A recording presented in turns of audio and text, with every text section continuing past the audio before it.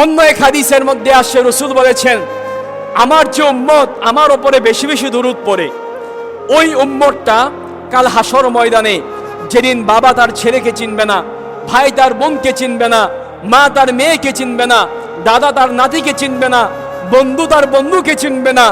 মাথার উপরে সূর্যটা 1 হাত উপরে চলে আসবে, মাথার মগজগুলো টকবক টকবক করে ফুটন্ত পানির মতো ফুটতে থাকবে,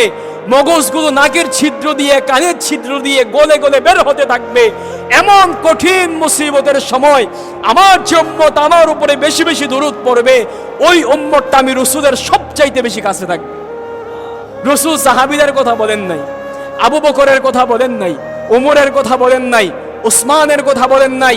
10 জন সুসংবাদপ্রাপ্ত জান্নাতি সাহাবীর কথা বলেন নাই। রাসূল বলছেন, আমার যে উম্মত বেশি বেশি পড়বে, যত বেশি দুরূদ পড়বে আমার তত বেশি কাছে থাকবে।